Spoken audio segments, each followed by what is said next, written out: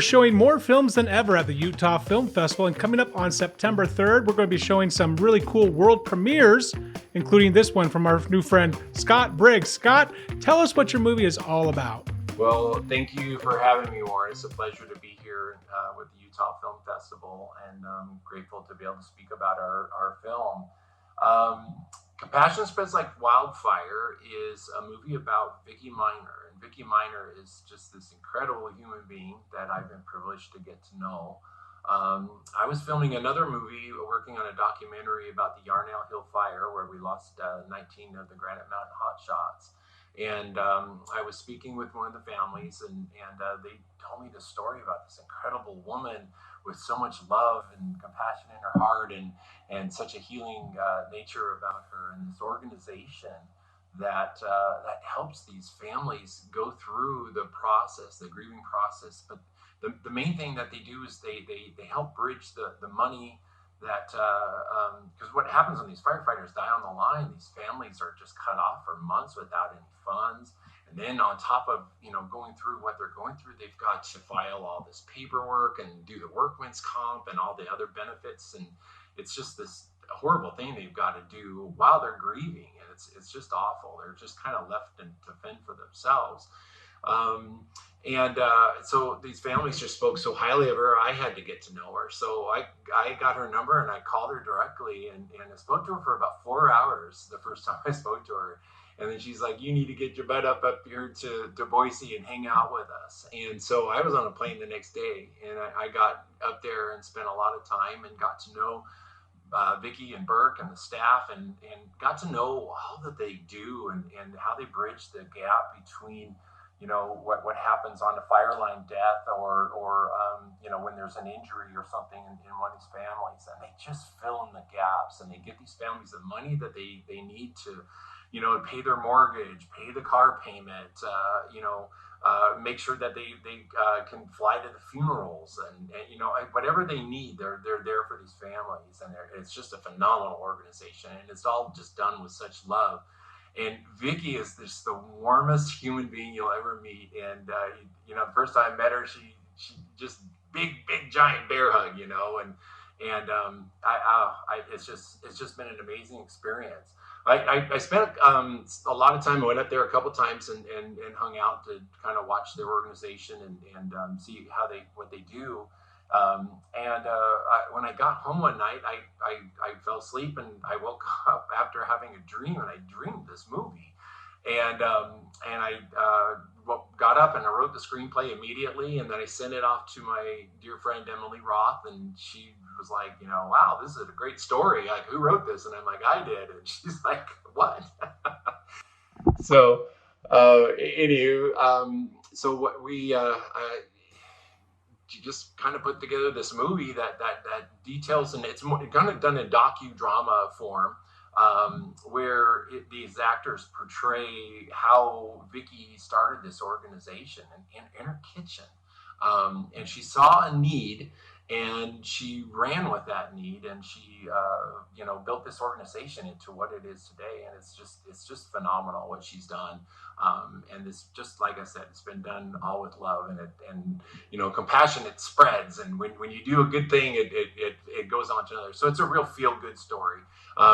Everybody that I have shown the film to is that all had tears in their eyes afterwards, but they're the good kind of tears, and so it's been a real pleasure to share that. Now, because this movie is based off of a real person, I would imagine the casting process was something a little bit tricky to navigate. What was your process finding the right cast? Well, as far as the casting goes, yes, it definitely is a challenge, and the most important, obviously, is that lead role of who would play Vicky. Well, the easy part for me was, in my dream, it was my dear friend Sue Rowe, and Sue Rowe is just the most fantastic actress. To me, it's like, why she's not right up there with Meryl Streep. It's just, the world needs to get to know who Sue Rowe is. She's phenomenal. And I remember when I met Vicky, I just kept thinking, man, she reminds me so much of Sue. Like she just the personalities, the way they talk, and they just have this wonderful outlook on life and people, and they just love people, and there's such deep concern for people. And so Sue was the easiest part to cast. Unfortunately, Sue caught COVID and right before the film, and she wasn't doing very well, and it was a real scary moment for all of us because we love Sue dearly. But she pulled through, and I like a trooper. She was ready to go a couple of weeks later. So we were grateful to be able to make sure that Sue was a part of this. Emily Roth is, she's my cohort in all this, and she really helped put this together. And I trust Emily. She is a casting director. She does a lot of feature films. She's kind of definitely the go-to person in Utah, but I know she works all over the place, and she is just phenomenal. She's got a list of people and knows everybody in the world. And it was very important that we had some people who had fire experience in this movie, so that there would be that authenticity, so that they would know how to act and how to be during some of these scenes. A lot of them even brought their own PPE. We were lucky enough to get Fred Scheffler, who was a hotshot with the Payson Hotshots. He was the superintendent for about 35 years. He was in the Forest Service forever, and one of the old salts, and just an amazing man who's just seen it all on the fire lines, and he's been there through most of those tragedies. Fred he just brought such a that doesn't say a lot in the movie, but that's kind of Fred, and he's just perfect in his role, and how he carries that part. The other actors and actresses, those were all because of Emily, and she's just phenomenal. Now with Burke, we had another person in mind, and he was great, and I think it would have been great. But Sue asked me to look at this guy named Jason Raffoni, and he sent me this song, and he wrote this song for the movie. And he had known a little bit about the movie that I was doing, so the song just touched me, and it just has become such an integral part of this film. The song's "Stay in the Black." And the black is the area where the wildland firefighters should, they want to keep one foot in that black that's already been burned, so the fire doesn't get in there, and then that keeps them safe. And so it's kind of a saying within the fire community, keep one foot in the black. And Jason just got it, and so he came up with this incredible soundtrack, and they were like, "Hey, check him out for Burke," and I'm like, "Oh my God, yeah, he's perfect." Jason's my brother now. I love him. Every time we get together, we're always playing songs and strumming guitars, and we did a lot of that on the set. But he really encapsulated and captured who Burke Minor was, and they're very close now too, and it's kind of funny. It was quite I'll get into some of the funnier stories in a little bit. I think that's one of the questions you were mentioned you're going to ask. But that's how we came up with the cast, and we're just thrilled to have everybody that was on that film. Every production has its own challenges and rewards. I'm curious that on your production, did you have anything funny happen on set? I think the funniest moment on the film was when when I approached Burke Minor about doing this film, he was very he's a little apprehensive, but he's like, I'll go down that rabbit hole with you, Scott. Like, I get it. And he goes, I know when you have a dream, it's a pretty powerful thing. And he really liked the idea.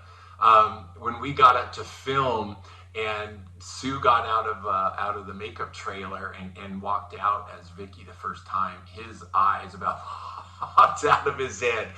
And Burke, we got some funny pictures of Burke with Sue as Vicky. And he's like, "This is so surreal." And then when we were filming, Jason doing Burke scenes, Burke was just like, "It's like watching me. It's so weird." That was kind of one of my favorite moments with the film. Vicky didn't know about this film that was being made. This was done as a surprise, and she has now since seen it and has been very surprised. And Vicky's like one of the most humble people in the world. She's like, "You made a movie about me? Like, why would you do that?" So she called down to the set one time while we were working, and she got on the phone with Burke, and Burke put it on the speaker, and she's like, "What the hell are y'all doing down there?" and she could hear the laughter. She goes, "I know you got people down there. What are you doing, Burke?" And so anyway, it was pretty funny. We just had so much fun on set. Everybody just was very lighthearted and really enjoyed hanging out with the cast. I also brought my 6-year-old son Jackson with me, and thought this would be an amazing experience for him to be behind the scenes and on the movie set. And Burke and Dina at the Wildland Fire Foundation are in the very first scene as well, and just as kind of background people. And it's kind of funny when you see again, you see Sue as Vicky come up and give Burke a hug. So I think she even says, "You're my favorite." So. Now, outside of the Utah Film Festival screening on September 3rd, how can people find out more about your movie? So as far as how people can find out more about us on the outside, the Yarnell Hill Fire documentary will be out later next year, and it's unfortunately it's a difficult subject, and it's a hard one. So it was very refreshing to film this kind of feel-good movie, kind of in between, and that's a tough subject, and trying to handle it very, very delicately. But also trying to tell the truth of what really happened out there. But people can reach us at the intotheblackproductions.com, and obviously we'll be on Facebook and Instagram and all the other places as well. But I'd like to draw the attention back to the Wildland Firefighter Foundation, because this organization is just phenomenal, what they do and how they help these families. And they do this. They're funded almost entirely by the wildland fire community. And that's what I'm hoping, that this film reaches out beyond that. Like, people can understand who these wildland firefighters are, and they're incredible. These hot shots and stuff. They put on marathons, and they'll do golf tournaments, and whatever they can to raise money for the foundation, and I'd really love to see that funding come from America. Like, we owe these guys a debt. Like, they're out there saving our public lands and saving our houses and keeping us safe, and if we could just, everybody can just give $5, $10, $15, $20, whatever you can do. This money goes to such a great cause and helps these guys out so much. These guys, they join and the 52 Club, which is a thing where you give $1 a week, and they do it because they know that they could be the next one. Their family could be affected. Like, they get it, and so this wildland firefighter community is just, they're an amazing bunch of people, and what they do for all of us. We owe them that debt, and I hope this movie really touches people's hearts and helps people to understand what they do, and hey, let's give them a hand, and let's give them a few bucks and help them out. Go to their website, wildlandfirefighterfoundation.org. They got the coolest swag. My favorite are these hoodies. They're super bomb. They got cool hats and all sorts of stuff. And all that money again just goes directly to these families and helps them out. This is a lean organization. They only have about 4 or 5 staff members. They really do all this work without a lot of. And these guys they're not like compensated very much. So I know how hard they work, and they really deserve your support. And it's such an honor to do this for Vicky, and she's such a sweet soul, and she's so humble, and she's like, "You did a movie about me? Like why would you do that?" It's like, because you're so inspiring. She saw a need in the world, and she said, "Someone's got to do this, and it might as well be me." And how about that? Like, if all of us could just be inspired by that, and find our passion, and find something that's near and dear to us, and take that challenge and say, you know what, I'm going to do my part, and I'm going to change something in the world. I'm going to make it a little better place. And like she says, compassion it spreads like wildfire. You know, one good act, it just has that ripple effect with everyone. So that would be the message I would want to get out there, and I hope everybody gets that with this movie. So thank you again for the Utah Film Festival for having us. It's been a pleasure, and look forward to seeing you at the advanced screening. Vicki will be there as a guest as well, and I promise you during the Q&A I'm going to bring her up there, but she might be shy at first, but you'll probably have to rip the microphone out of her hand, so be ready for that. Scott, thank you so much. All right, thank you guys so much. Now, I have a lot of filmmakers coming to this festival on September 3rd. We also have a panel that's coming up called How to Be a Paid Actor in Utah. And we're actually going to be announcing a couple more additions to that panel, but it's going to be very exciting if you're wanting to work inside the state or outside the state as a full-time professional actor. You won't want to miss it. And I have some more great interviews coming up real soon. Stay tuned.